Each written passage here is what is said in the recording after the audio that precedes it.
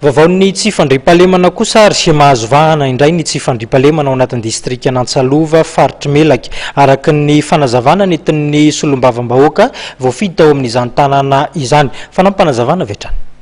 Manjaka ny tsy fandriampahalemana ao anatin'ny distrika Nantsalova faritry Melaky amin'izao fotoana izao. Tao anatin'ny 2 herinandro dia omby 300 ny very.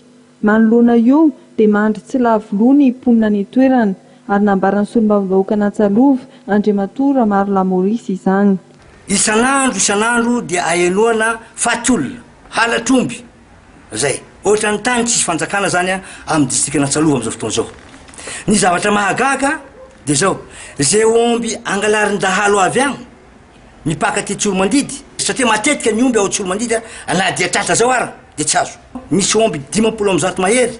Tamin'ireo omby 400 heninay niala ny tondy avy any Abekopaka amin'ny distrika Nantsalova tonga ao. Ny zavatra mahagaga dia zao, tratra le omby tena tsisy taratasy marina ho izy le omby io na dia ray ary ao amin'ny folera io.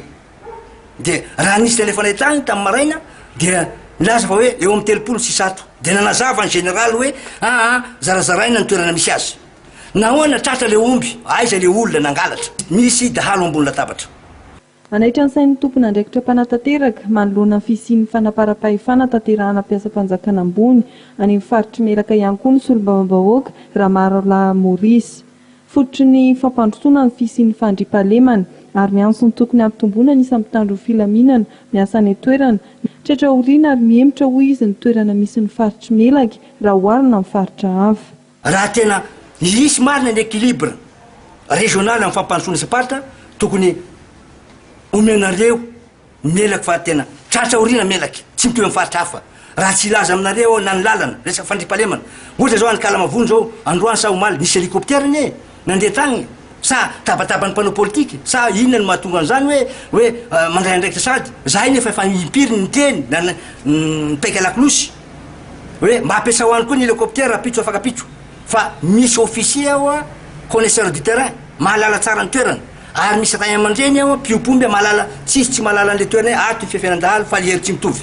Fantany ny toerana misy an'izy io fa zay ina antony tsy andraisan'ny fanjakana andraikitra.